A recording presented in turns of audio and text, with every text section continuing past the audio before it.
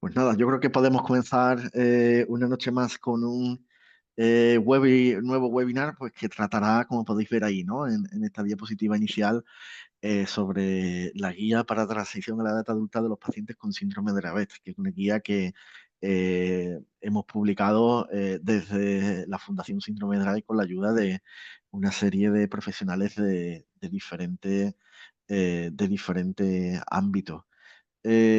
Como siempre, daros los buenos días, las buenas tardes o las buenas noches, dependiendo, desde luego, desde donde nos estáis viendo o cuando veáis este webinar, que ya sabemos que lo estamos grabando y que después lo colgaremos tanto en nuestras páginas como en nuestro canal de YouTube. Así que, lo dicho, ¿no? Buenos días, buenas tardes o buenas noches, dependiendo desde donde estéis conectados o cuando lo estéis viendo.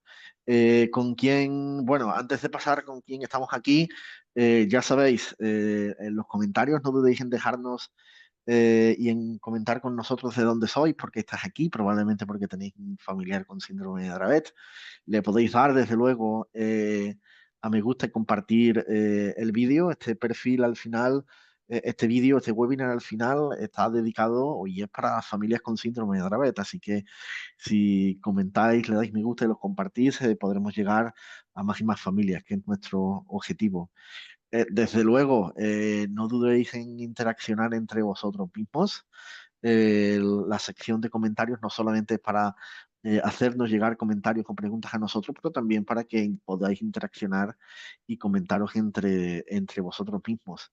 Y por último, pero no menos importante, al final de la presentación tendremos una sesión de preguntas y respuestas, pues donde intentaremos aclarar todas vuestras preguntas y dudas, ¿no?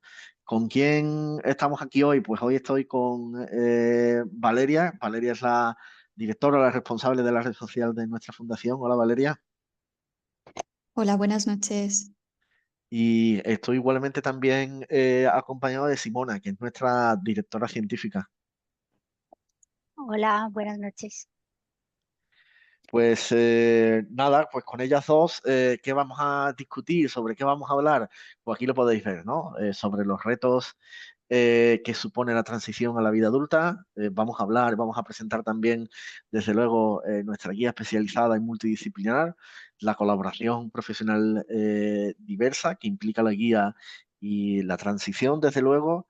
Los aspectos del ámbito médico en esta transición hacia la vida adulta, el abordaje terapéutico y desde luego, ¿no? Las cuestiones legales y sociales que tienen que enfrentar las familias con un ser querido con síndrome de Down que transiciona hacia la vida adulta.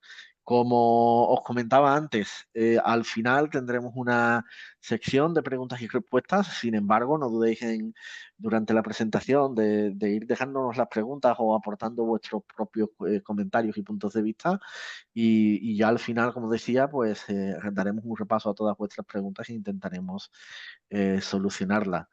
Daros las gracias por estar aquí.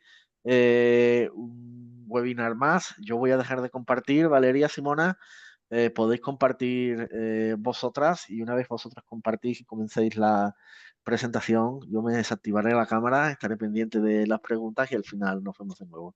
Muchas gracias. De acuerdo, gracias. De acuerdo. ¿Me confirmáis que se ve bien la pantalla? Sí. Perfecto.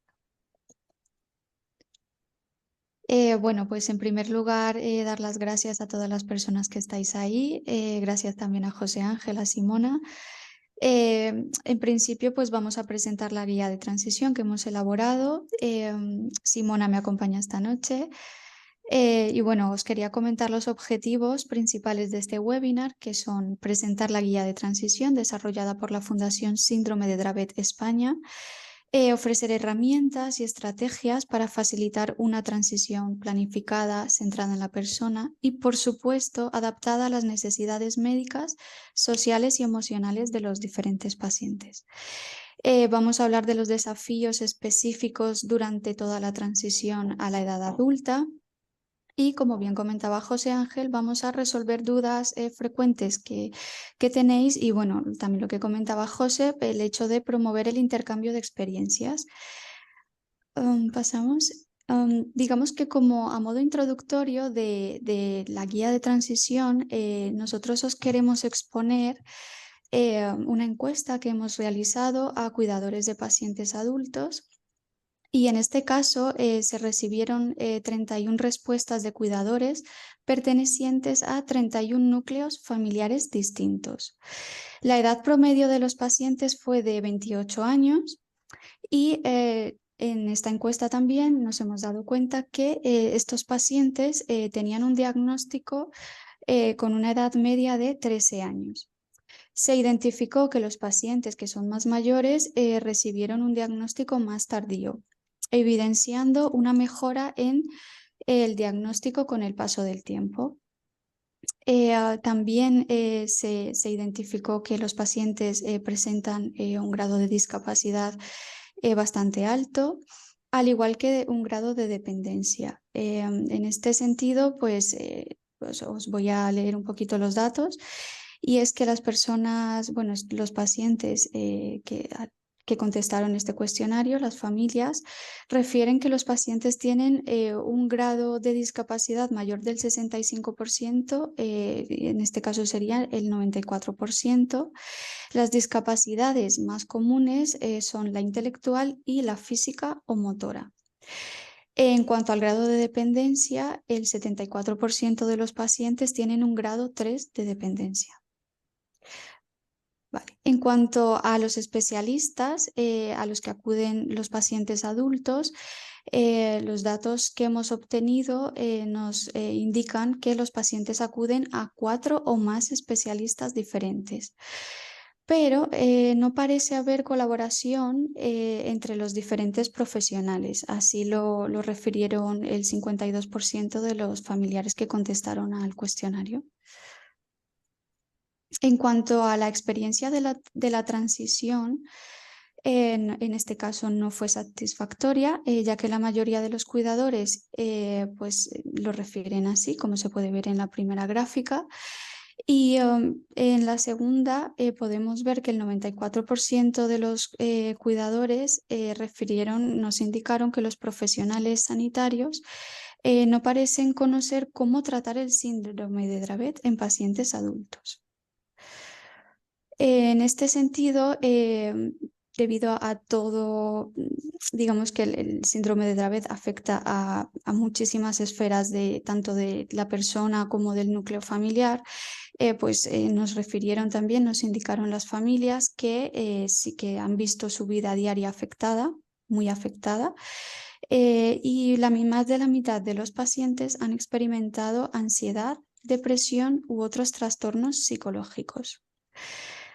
En este sentido, todos estos resultados que acabamos de compartir demuestran que la elaboración de una guía específica para este periodo de transición era necesaria, ya que las familias y los profesionales necesitan contar con una hoja de ruta clara, adaptada a las diferentes realidades que presentan las personas con síndrome de Dravet cuando se acercan a esta etapa de transición.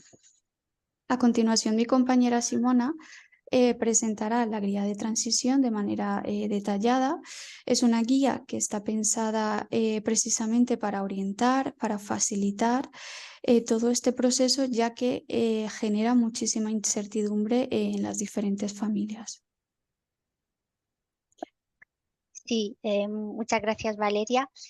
Como comentaba Valeria, en esta guía lo que queremos es presentaros un protocolo, una transición programada y planificada del paciente hacia el servicio sanitario de adulto, y no incluyendo solo lo que es la transición, la transferencia sanitaria, sino también incluyendo los aspectos legales, sociales, médicos y administrativos que veremos a continuación. En términos generales, siempre que sea posible, en esta guía recomendamos llevar a cabo la transición en el mismo centro. Y algo muy importante a tener en cuenta es que las edades propuestas son indicativas. Sabemos que según el Real Decreto 1575 de 1993, los servicios hospitalarios pediátricos cubren a los pacientes hasta los 14 años. Sin embargo, en función del centro o de la comunidad autónoma, la edad de transición puede variar. Con lo cual, esta guía se ha realizado tomando como referencia la edad máxima de finalización de la transferencia a los 18 años, pero tener en cuenta que cada caso puede ser diferente. Esta guía empieza con una descripción general de lo que es el síndrome de Dravet y hemos querido hacer una descripción un poco comparativa entre el síndrome de Dravet en niños y el síndrome de Dravet en adolescentes o adultos. Esto es para hacer hincapié en que la transición no es igual que la transferencia hospitalaria. El síndrome de Dravet es una enfermedad que no solo necesita un neurólogo, como sabéis muy bien, se necesitan varios profesionales sanitarios y esto con el cambio de la edad conlleva un cambio de vida que tiene que ir paso a paso con la transición. Un ejemplo es que cuando en la guía se presenta el síndrome de Dravet, presentamos las crisis epilépticas en niños y en adultos. De esta forma, quien lea puede comprobar que incluso las crisis epilépticas no son iguales en pacientes jóvenes y en pacientes más mayores. Lo mismo hemos hecho cuando hablamos de conducta, de los trastornos motores y de los trastornos del habla y del sueño. No quiero alargarme mucho en contaros los detalles de lo que hay en este apartado porque podéis leerlo porque la guía está ya publicada y os la presentaremos hoy con el enlace al que tenéis que acceder para verla. Pero quiero que os fijéis en que en cada apartado hemos intentado hacer hincapié en las diferencias que hay a lo largo de la edad de un paciente con síndrome de Dravet. Lo mismo hemos hecho a la hora de hablar de tratamientos. Cuando presentamos los tratamientos farmacológicos, hemos incluido algunas consideraciones especiales y consideraciones sobre los medicamentos contraindicados. Y hemos intentado hacer lo mismo para los tratamientos no farmacológicos. Si bien es cierto que en este ámbito no hay muchas referencias, una de las pocas literatura científica que hemos podido encontrar es este artículo publicado por parte de la Fundación el año pasado. Es decir, que ha sido un poco complejo hacer una revisión de lo que se ha publicado en este ámbito, pero lo hemos intentado también. Y finalmente hemos añadido consideraciones que a veces, debido a al grado de discapacidad tan alto que hay en el síndrome de Dravet, no se tienen en cuenta, pero pueden ser importantes, como por ejemplo la presencia de epilepsia catamenial, que es aquella epilepsia debida al ciclo menstrual, o el hecho de que no exista de momento evidencia que las mujeres con síndrome de Dravet sean menos fértiles que otras, con lo cual es importante que tanto los cuidadores como los pacientes, si es posible, estén concienciados al respecto. Y una vez terminada la primera parte donde describimos un poco en general el síndrome de Dravet y tomamos en cuenta estas consideraciones especiales, la guía entra ya en el vivo de la transición. Aquí podéis ver que hemos intentado incluir algunas herramientas gráficas como este diagrama, donde tenéis cada fase de la transición y las edades en las que aconsejamos que cada fase se empiece y termine. Ahora Valeria y yo vamos a ir paso a paso, os vamos a presentar cada fase y cómo la guía está estructurada.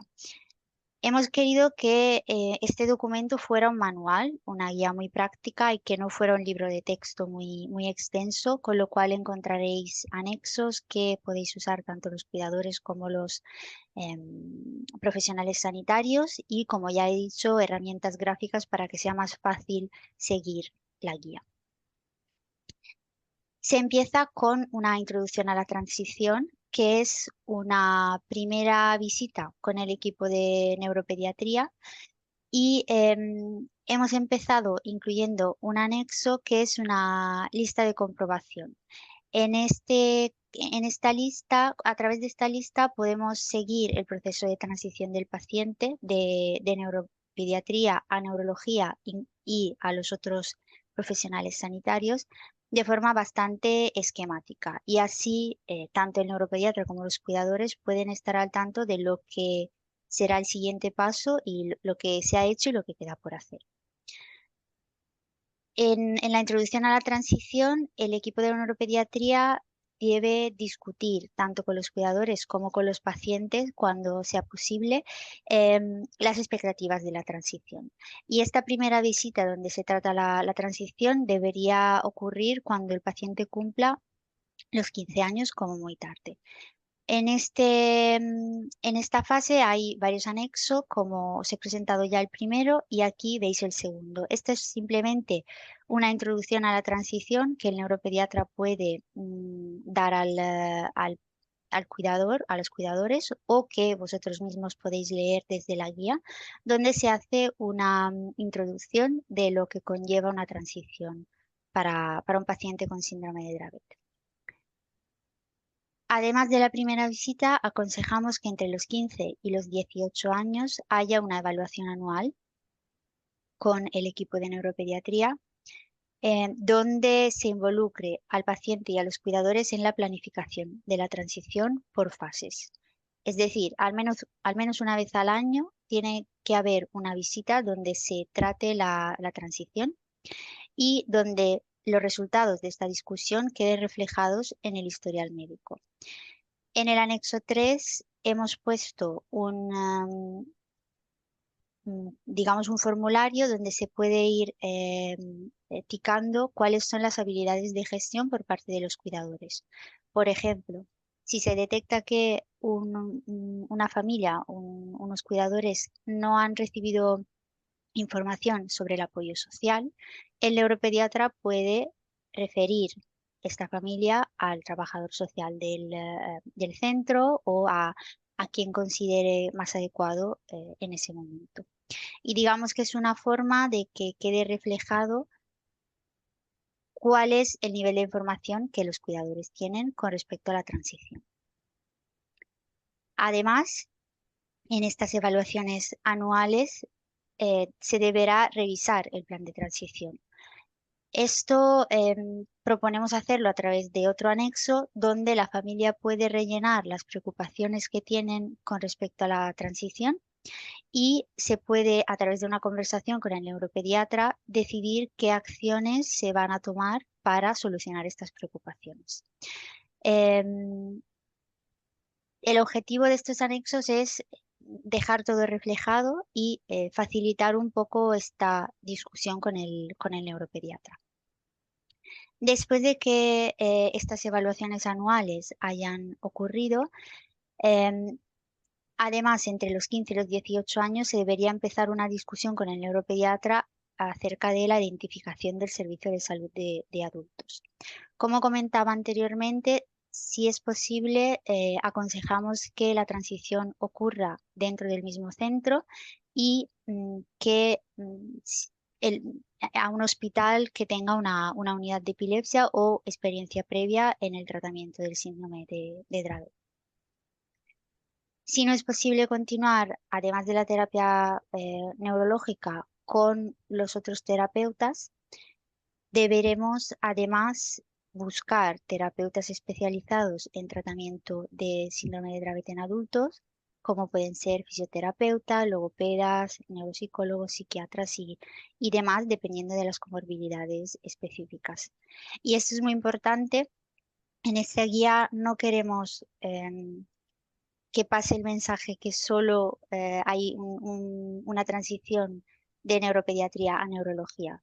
Sabemos, como hemos comentado ya varias veces en este webinar, que el síndrome de Dravet es muy complejo y se necesita un tratamiento multidisciplinar.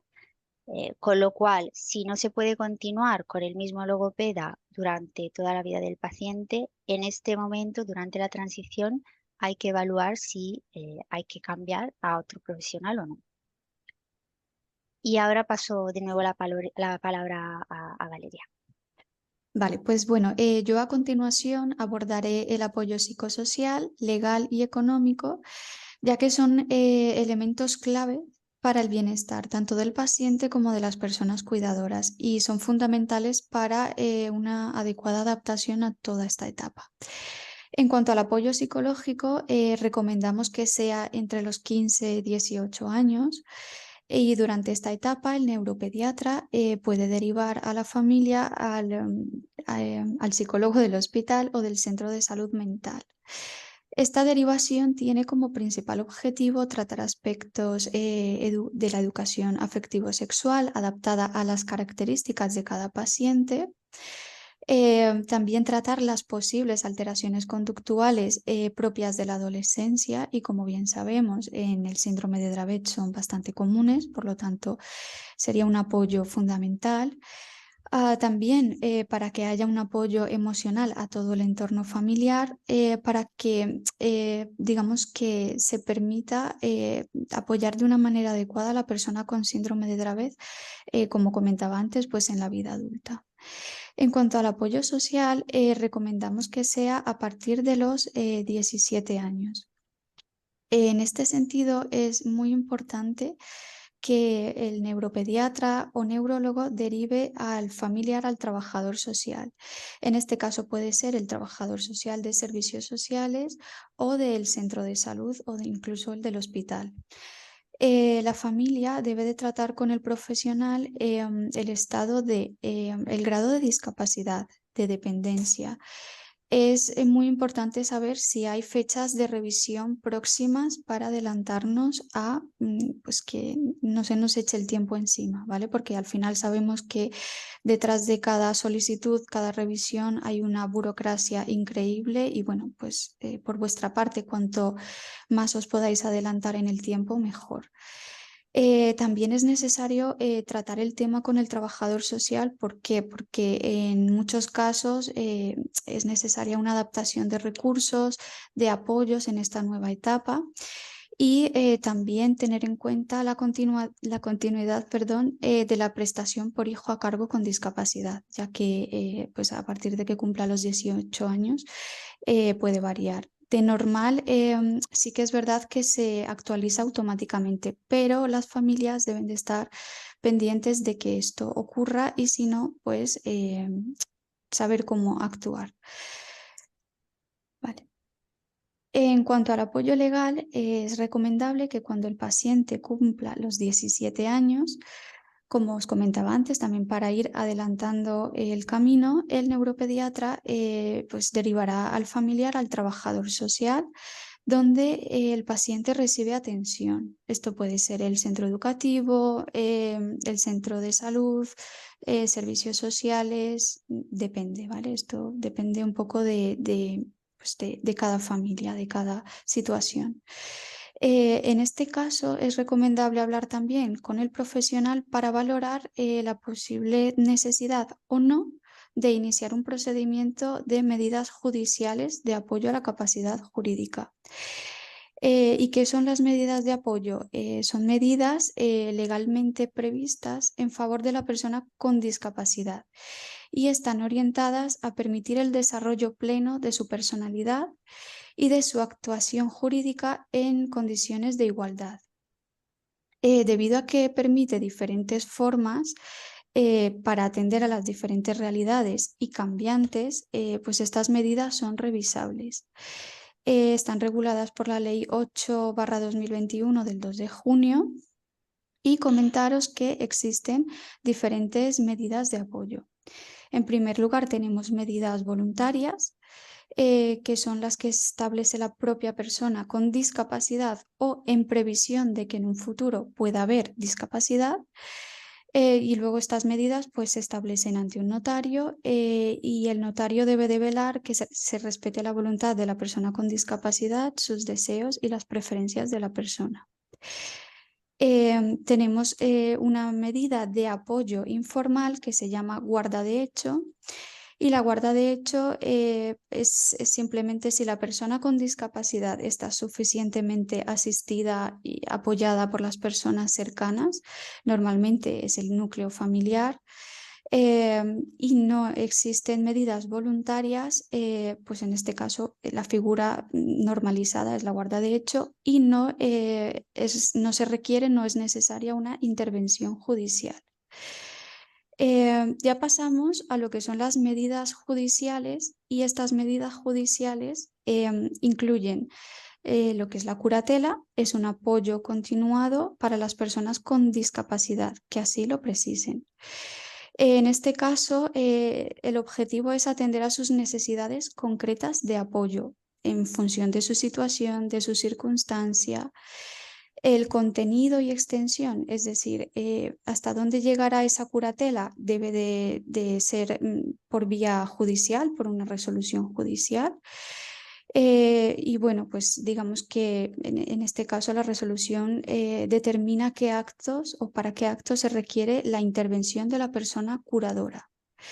Existen varias curatelas y es la asistencial, la representativa y la mixta.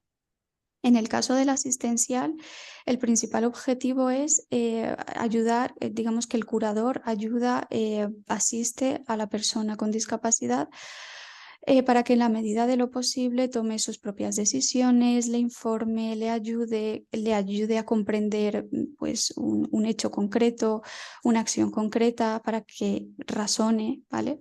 Y así pueda facilitarle la expresión de sus preferencias y así intentar que en el futuro precise de menos apoyos. En cuanto a la curatela representativa, es de carácter más excepcional y supone la sustitución de la persona, de la persona con discapacidad en actos muy concretos. Pero esto también debe de ser por resolución judicial, es decir, en una resolución judicial se expresa para qué se representa a la persona con discapacidad. Y la curatela mixta es una combinación entre las dos, entre la asistencial y la representativa. En este caso, en el caso de solicitar medidas judiciales, el curador debe de informar al juez cada cierto tiempo, normalmente cada año, sobre su actuación. A esto se le llama una rendición de cuentas, una rendición periódica de cuentas. Existe también una figura que es la del defensor judicial y es un apoyo ocasional. Es recurrente, es decir, que cuando la persona con discapacidad necesita un apoyo para alguna actuación, está esta figura. Se puede necesitar varias veces, pero ya os digo, es algo ocasional. Comentaros que por parte de la Fundación ofrecemos orientación jurídica. Luego os explicaré un poquito más si queréis en el menú donde podéis solicitarlo. Al final es solicitarlo por la web. Tenemos un equipo de un bufete de abogados que colaboran con la Fundación de manera voluntaria, pero que están respondiendo súper bien. Y bueno, pues para que lo sepáis. En cuanto a las medidas judiciales de apoyo, es importante que sepáis que se pueden solicitar en el juzgado de primera instancia del lugar donde resida la persona con discapacidad. Y luego la solicitud pues, debe de contener unos documentos que acrediten pues, esa adopción de medidas de apoyo, es decir, por qué es necesario solicitar esas medidas. Estos documentos pueden ser informes médicos, historial sanitario, informes escolares, documentos administrativos, por ejemplo, pues la resolución de la discapacidad, de la dependencia. Pero bueno, por eso es importante que acudáis al juzgado o que consultéis, pues, por ejemplo, al equipo de la Fundación o incluso a quien consideréis vosotros antes de iniciar el procedimiento. En cuanto al apoyo económico, comentaros que la constitución del patrimonio protegido puede ser de interés para las familias, ya que es un instrumento jurídico destinado a garantizar el bienestar de las personas con discapacidad. En este caso, se le asignan bienes, derechos que quedan protegidos y dedicados exclusivamente a cubrir sus necesidades. El patrimonio protegido ofrece además ventajas fiscales para quienes realicen aportaciones a ese patrimonio. y esta figura se realiza ante un notario. Mi recomendación también es asesoraros siempre previamente antes de ir directamente a solicitarlo. En relación al testamento, la herencia de bienes, es posible gestionar su administración de diversas maneras, según lo establecido por el Código Civil. Por ejemplo, en el testamento se puede designar a un administrador, un amigo, un vecino, un familiar, para que gestione los bienes del heredero, y se puede limitar la intervención de otras personas, como por ejemplo familiares. Por todo ello, como os comentaba antes, es muy importante pues, planificarlo, estar asesorados previamente, y comentaros que los notarios tienen la obligación de atender una primera consulta. En este sentido, la Fundación, como os comentaba antes, nosotros os podemos prestar el asesoramiento jurídico, y ahora luego os explico dónde podemos encontrar el enlace. En cuanto a la transferencia educativa, es recomendable a partir de los 17 años, y en este caso también, dependiendo de la comunidad autónoma, pues concertar una visita con el trabajador social, ya sea del centro educativo a donde acuda la persona con discapacidad o con síndrome de Dravet. ¿Y por qué? Porque es importante concertar una cita con el trabajador social, trabajadora social en esta etapa.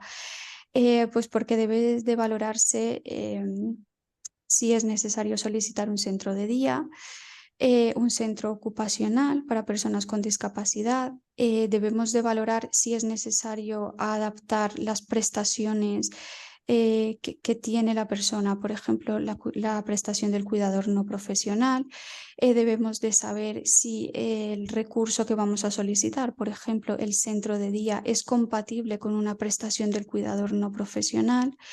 Es importante también que la profesional, en este caso, os guíe sobre los plazos, los tiempos. Por eso comentaba al principio que depende de la comunidad autónoma, porque existe largas listas de espera. Pues, por ejemplo, a la hora de solicitar un centro de día, en la mayoría de comunidades autónomas, pero en otras no, el tiempo no se extiende tanto. Entonces, bueno, la recomendación siempre es pedir cita con la trabajadora social, valorar qué recursos son adecuados para esa etapa que está atravesando la persona con síndrome de Dravet, y bueno, adaptar los recursos. Igualmente, nosotros estamos disponibles, y en este caso pues soy la que resuelve los asesoramientos sociales, y intento contestar también pronto, y lo que no sabemos pues nos informamos para daros una respuesta rápida y eficaz, ¿vale? Ahí abajo he puesto el enlace que es, bueno, básicamente para rellenar el formulario de asesoramiento. Y ya está. Pasa, Vale. Simona. Sí, ahora que el paciente en nuestra guía ya tiene 17 años, se han evaluado las necesidades de la transición, tanto a nivel médico como a nivel social, legal y administrativo. Ha llegado el momento de empezar la transferencia hospitalaria.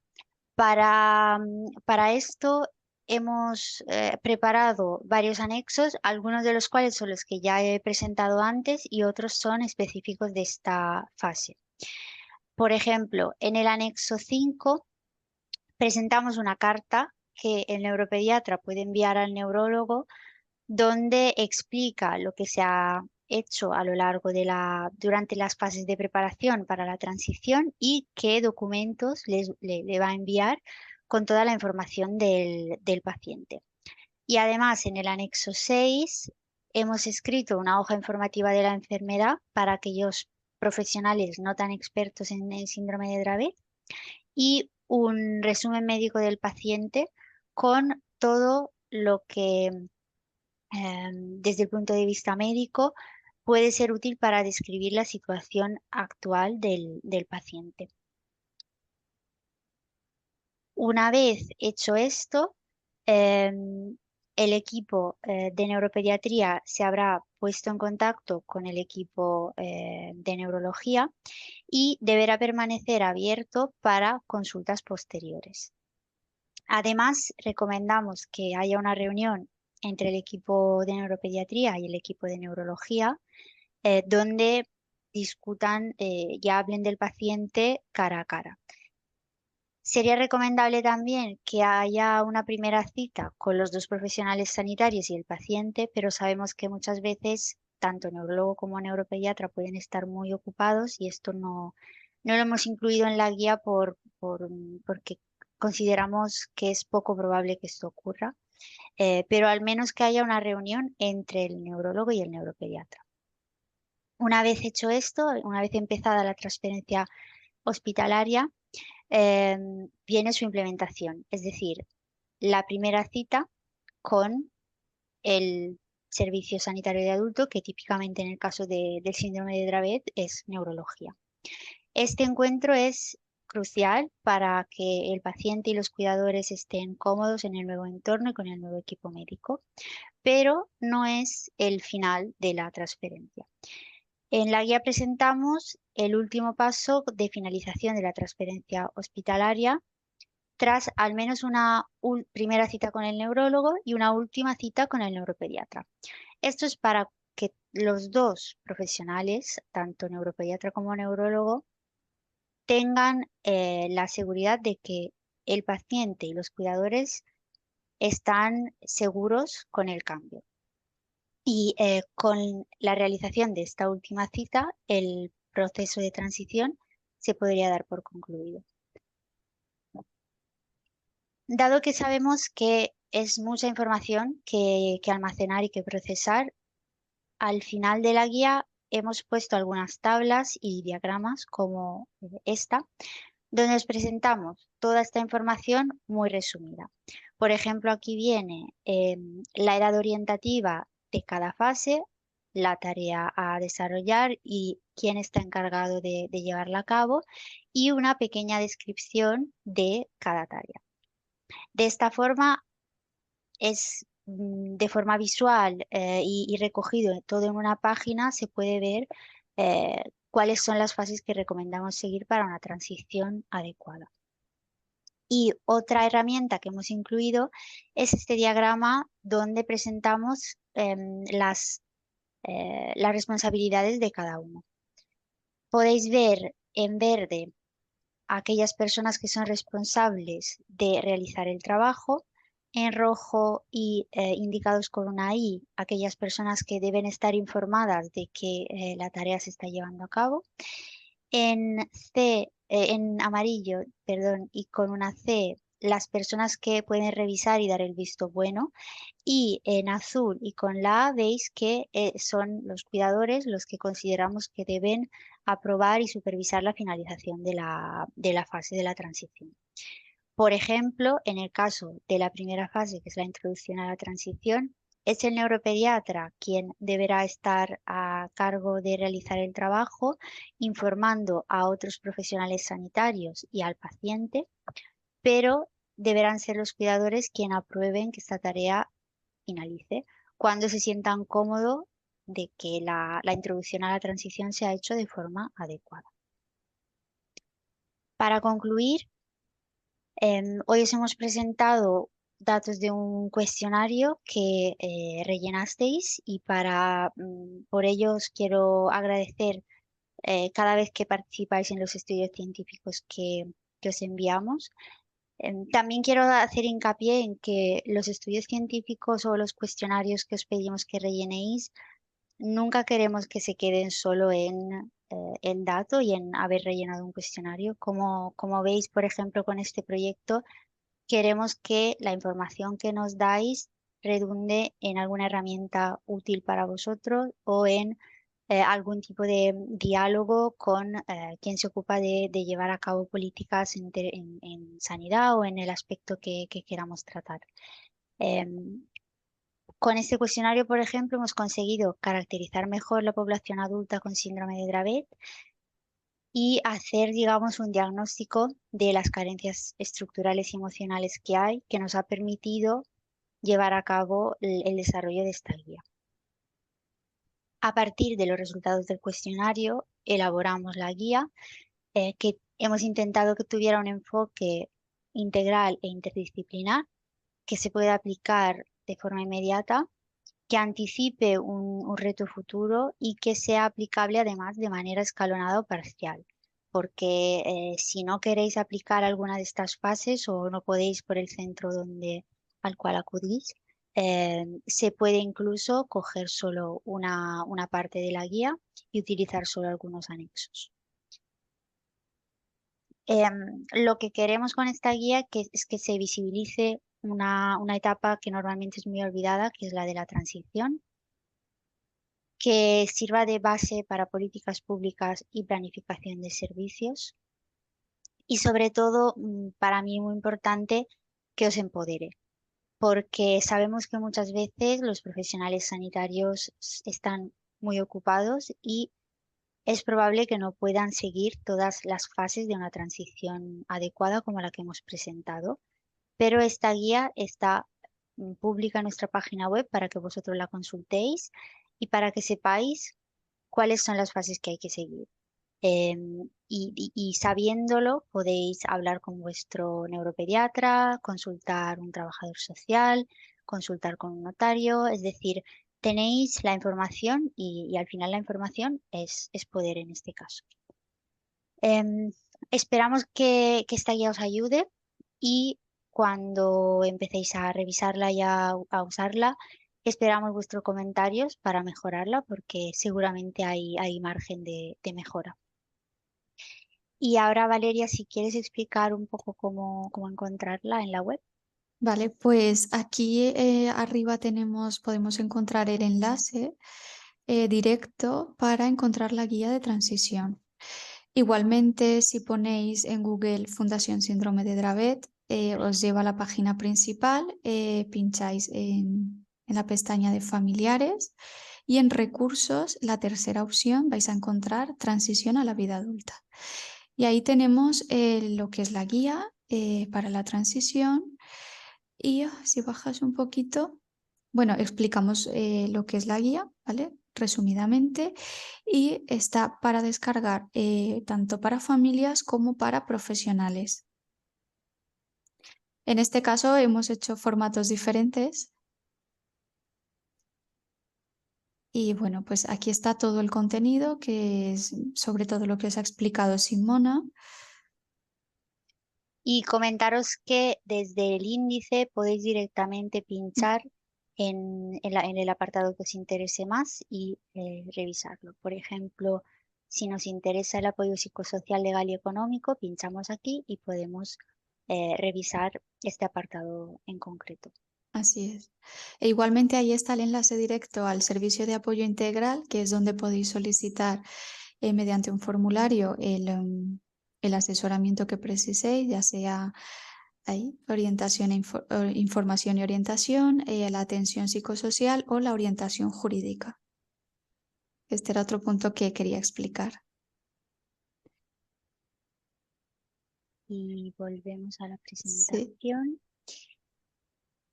Y bueno, por último, queremos agradecer. Esta guía ha sido elaborada por la Fundación Síndrome de Dravet en colaboración con neuropediatras, neurólogos, abogados, neuropsicólogos, terapeutas, trabajadores sociales.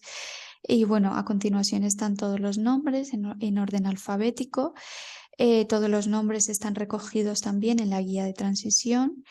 Y por mi parte, deciros, como decía Simona, pues que al final es una herramienta de poder para todas las familias y considero que debería de ser una herramienta fundamental para cuando vuestros hijos, vuestras hijas se vayan acercando a esta etapa. Igualmente ya sabéis que podéis contar con todo nuestro apoyo, pero bueno, pues ya tenéis una guía bastante clara y bueno, y esquemática sobre todo este proceso.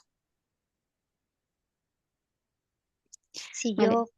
sí, creo que por mi parte al menos no hay nada más. No sé si queremos pasar a la ronda de preguntas.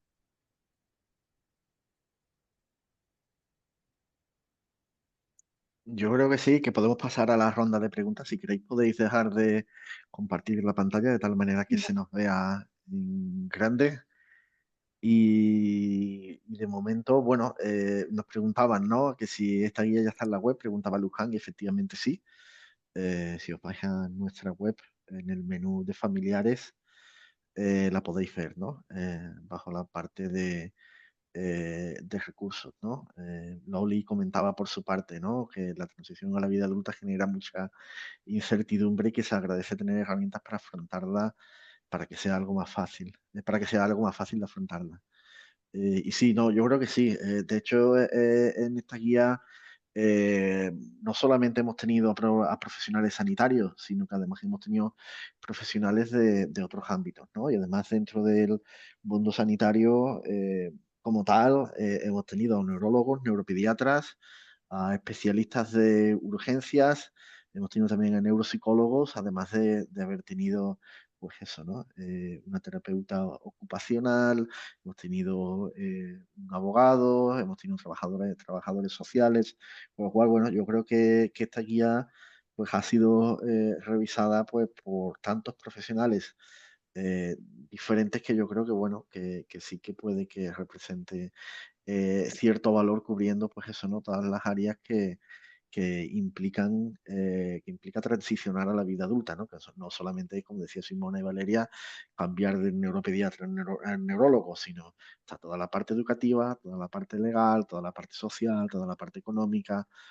Son muchas cosas pues que hay que ir planificando con tiempo, ¿no? Y que no pase lo que muchas veces nos habéis comentado alguno de vosotros, ¿no? Llegó a tal edad, el neuropediatra me dijo hasta luego y me dijo que la próxima cita con el neurólogo de adultos y punto, nada más, sin ningún tipo de información en todos los demás aspectos, ¿no? Como decía, ¿no? Legal, social, educativo, económico y demás. Con lo cual, bueno, yo espero que esta guía, pues bueno, sí que pueda ayudar en ese sentido. Eh, la guía está, yo creo que también se ha comentado durante la presentación, pero yo creo que es importante hacer un poco de hincapié en ello. La guía está diseñada tanto para que la siga el médico como para que la siga la familia. Es decir, lo ideal, en un mundo ideal, lo ideal sería que la siguiera el médico, ¿no? Y que fuera el médico quien os dé las pautas en los siguientes pasos o en los pasos que tenéis que tomar, ¿no? Pero sabemos que eso es muy probable que no pase en algunos casos, con lo cual, bueno, la guía también está preparada, además tiene un lenguaje no muy difícil, no muy técnico, está preparada para que vosotros mismos la podáis seguir y la podáis trabajar con ella. No sé, Valeria, Simona, si queréis añadir algo más o no sé si alguno de vosotros tenéis alguna cuestión, alguna pregunta. Valeria, Simona. Por mi parte, no. No, yo solo volver a decir que ya está disponible en la web.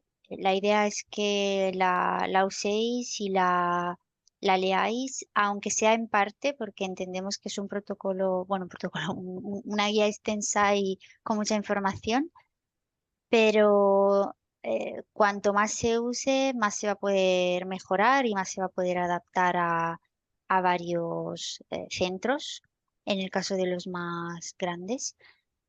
Y también la difundiremos, como ha dicho José Ángel, a los profesionales sanitarios. Entonces, esperamos que se vaya utilizando, se vaya usando. Sí, y algo que sí os queremos pedir, desde luego, ¿no? Es que si hacéis uso de la guía y veis alguna posible mejora o tenéis algún comentario, que no dudéis en decirnos, ¿no? Yo creo que la guía tiene que ser un documento vivo y que se vaya actualizando según la experiencia que vayamos adquiriendo todos.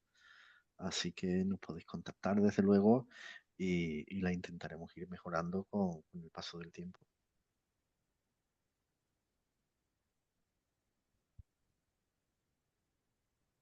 No sé de tu parte, Valeria, si quieres añadir algo.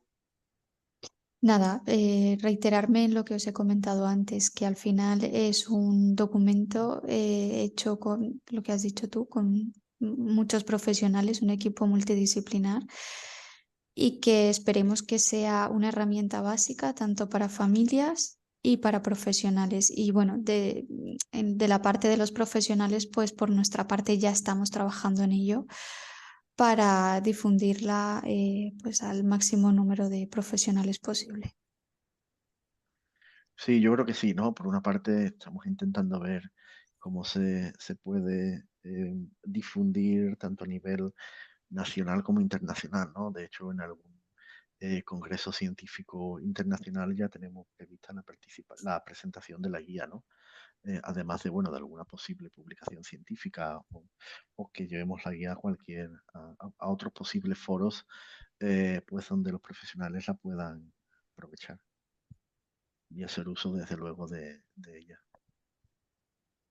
Sí, para ello hemos contado, como decíamos, con la participación de profesionales sanitarios y además veréis que citamos varias fuentes de literatura científica porque al final para que un neuropediatra o un neurólogo confíe en este documento y lo use, es necesario darle una base científica, pero aún así hemos intentado que fuese lo más sencillo de entender para que lo pudiesen usar tanto, como comentaba José Ángel, tanto familias como profesionales sanitarios. Y de nuevo, si veis que podemos mejorar en el lenguaje o si hay algo que se nos haya escapado, estamos abiertos a mejorarla.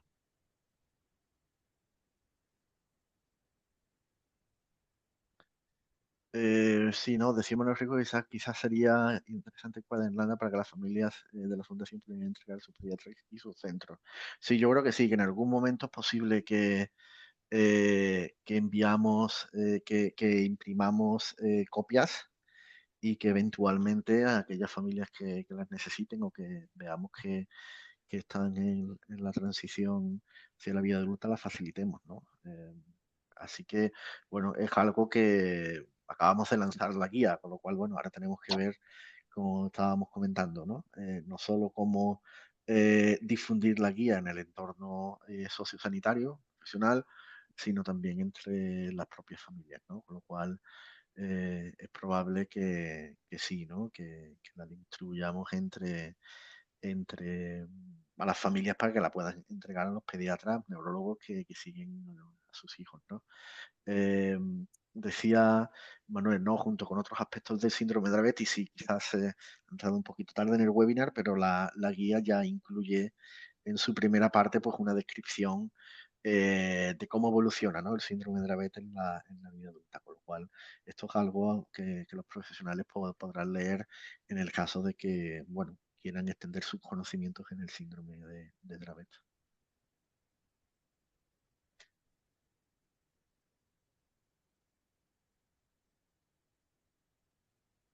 No sé, Valeria, Simona, si queréis añadir algo más a lo que he comentado.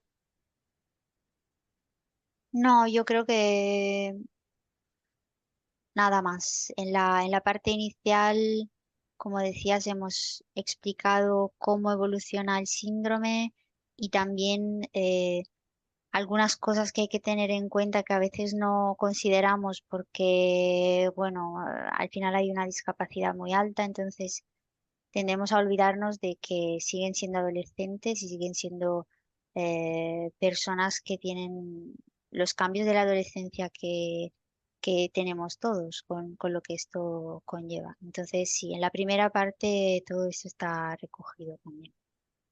Mm. Pues nada, no sé si hay alguna última pregunta o si de tu parte, Valeria, quieres comentar algo más. Por mi parte, considero que está todo. Muy bien, pues nada, esta guía, como decía Simona, ¿no? Y como decía también Valeria, ha sido fruto del trabajo de unos cuantos meses, ¿no? No solo por parte de la fundación y por parte de los profesionales con los que hemos contado, sino además también por parte de las familias que habéis participado en esta encuesta que comentábamos al principio sobre adultos, ¿no? Yo siempre digo, ¿no? Que sin pacientes la investigación sentido y no da sus frutos, con lo cual es extremadamente importante que cuando lanzamos un proyecto, cuando hay un ensayo clínico, cuando hay un estudio, que participemos, porque al final, sin los pacientes, los avances en ciencia no se pueden trasladar de manera efectiva.